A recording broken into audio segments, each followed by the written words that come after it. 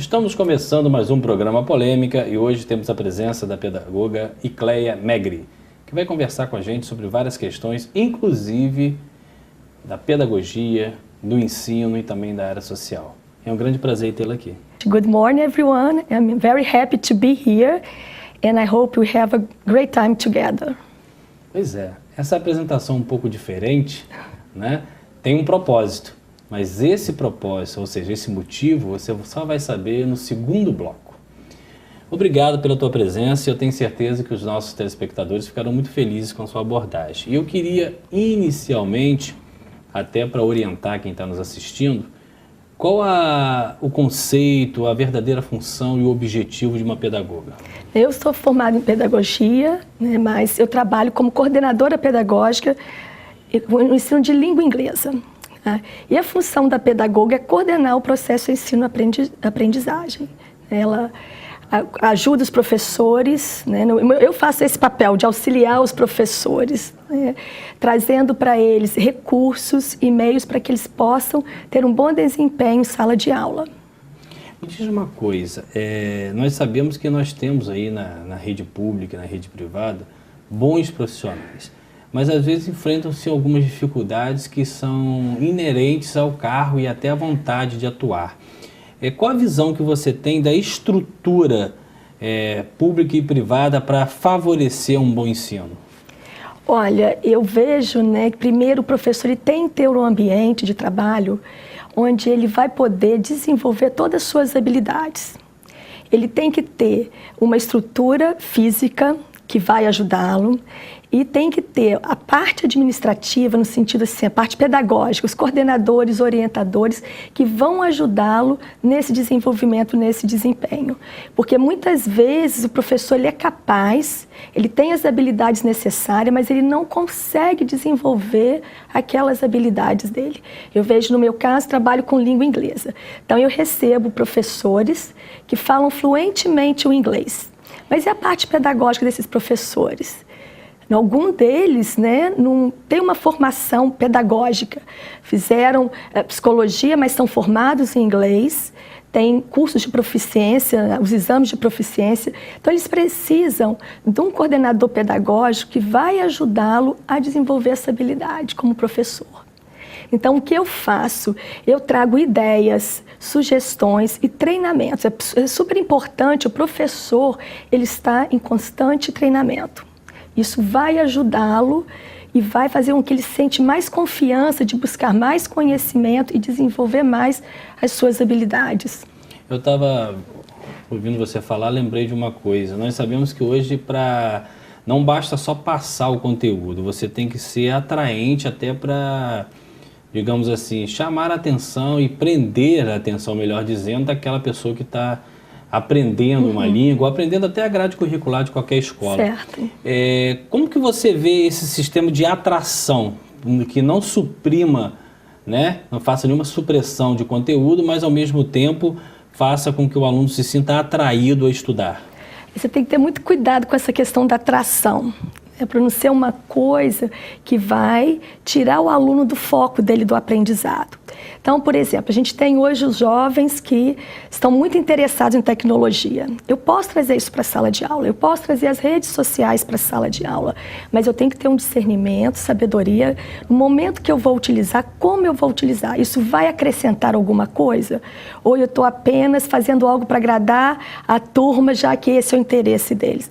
Então, quando nós fizermos alguma atividade, planejar algo que seja de interesse do aluno, eu tenho que pensar o que eu vou trazer de benefício para esse aluno. E a escola tem os recursos necessários. O professor está capacitado para poder trazer aquele conteúdo, aquela inovação, aquele material novo.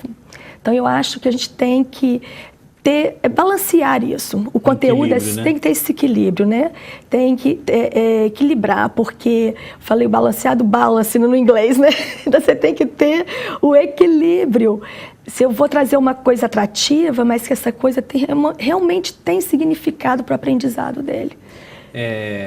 Nós sabemos que as redes sociais, o advento da internet, desses meios de comunicação, são irreversíveis e tem um lado positivo. Mas discute-se muito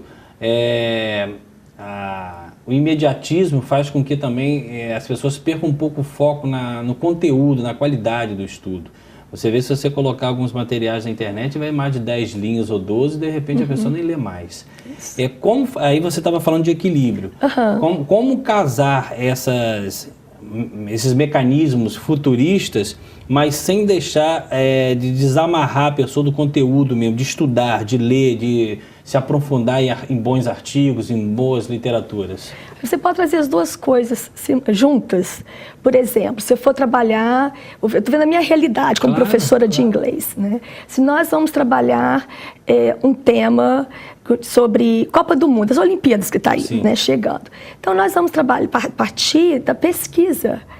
Então, o professor, ele tem que escolher o que eu quero que meu aluno pesquise. Eu vou limitar essa pesquisa dele. Não adianta, vai para o Google, né, o outro site de procura, e pesquise sobre quando que as Olimpíadas iniciaram e como foi esse início. Não, eu tenho que trazer alguma atividade primeiro que vai despertar o interesse dele, e com isso eu vou limitar essa busca de pesquisa.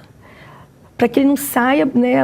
Acontece muito, a gente pediu ao aluno fazer alguma pesquisa e traz aquilo tudo impresso do Google, ele não leu nada. Então, o professor ele tem que ter a sabedoria de limitar essa busca. O que eu quero que o meu aluno busque na internet, né? O que ele vai trazer, como isso vai ser discutido em sala de aula, como que eu vou aproveitar essa pesquisa que ele fez, esse recurso que ele trouxe. Então, se é o momento que você desperta o interesse e você faz com que o aluno estude, busque, não recorra só à internet, ele vai ter um interesse maior. E o conteúdo não vai ficar de fora. Outro ponto que eu acho importante é saber o material humano que chega às escolas, né? Nós sabemos que há uma função aí entre família e escola, uma complementando a outra nessa formação ética, nessa formação moral, nessa busca pelo conhecimento. Com a sua experiência, o material humano que vem chegando para as escolas públicas, privadas, para cursos, é um material que vem distorcido ou tem vindo um bom material? Olha, eu tenho pouco contato com a escola pública. Mas eu vejo, eu trabalho com algumas pessoas na minha escola que são professores de escola pública e são pessoas muito comprometidas. Eu vejo professores muito comprometidos, não sei porque eu vivo numa cidade do interior e tenho uma realidade diferente, mas eu vejo que mesmo eles estando preparados, eles tendo interesse de fazer um bom trabalho, o sistema não permite às vezes. Bloqueia. Bloqueia, né? Não tem os recursos necessários, não tem o estímulo e a motivação que eles precisam. E você, como pedagoga, você acredita que o Brasil, em âmbito geral, ele pode caminhar melhor com relação à educação? Você acha que futuramente a gente tem chance de se posicionar melhor em termos de educação, em termos de conhecimento? Eu tenho uma esperança. Eu não sei, da forma que está no momento, é muito difícil a gente ver uma luz no fim do túnel, mas eu tenho esperança, porque eu acho que a escola pública ela é necessária, ela é importante. Mas enquanto nós não mudarmos o nosso sistema político, o sistema educacional no país, vai continuar do jeito que está. Desculpa, pode? Se você pudesse melhorar alguma coisa no âmbito educacional, o que seria de imediato que você acha assim, destoante, absurdo, que precisaria de imediatamente um choque de gestão na educação? Eu acho que eu vejo pelos comentários assim, que eu vejo dos meus amigos que são professores de escola pública, essa questão do aluno ele passar direto. Aprovação automática. Eu acho que a escola tem que trabalhar isso. Não adianta, a gente está vendo que o país ele está formando uma geração de analfabetos funcionais. A gente vê nos exames, né? As pessoas podem até me criticar por essa visão, mas a gente recebe, às vezes, alunos, né, que não tem dificuldade de ler na língua portuguesa, como vão ler no inglês. Porque essa questão da aprovação automática, eu acho uma coisa muito negativa na educação. É uma falsa sensação de instrução, né? É uma falsa sensação de instrução e de eu conseguir alguma coisa. Você consegue as coisas quando você experimenta o fracasso também. Claro. Você precisa do erro, você precisa do fracasso para você poder ter o equilíbrio, você poder ver o que eu preciso melhorar, onde eu errei, como que eu vou mudar, onde eu quero crescer.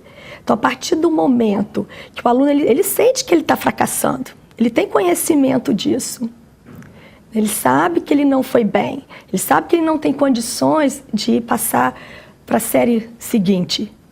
Então, qual o sentimento que você vai desenvolver no aluno, num jovem? Ah, eu não estou conseguindo, mas vão passar a mão na minha cabeça, a escola precisa para ter pontuação, não sei como funciona, né? Mas e o sentimento dessa pessoa? O que eu estou construindo em termos de valores? A gente precisa fracassar, não precisamos? Claro. A gente precisa ver o lado... O dia não é só de coisas boas. E nem chega lá na frente, você vai precisar do estudo, mas eu não consegui ir lá atrás, e aí?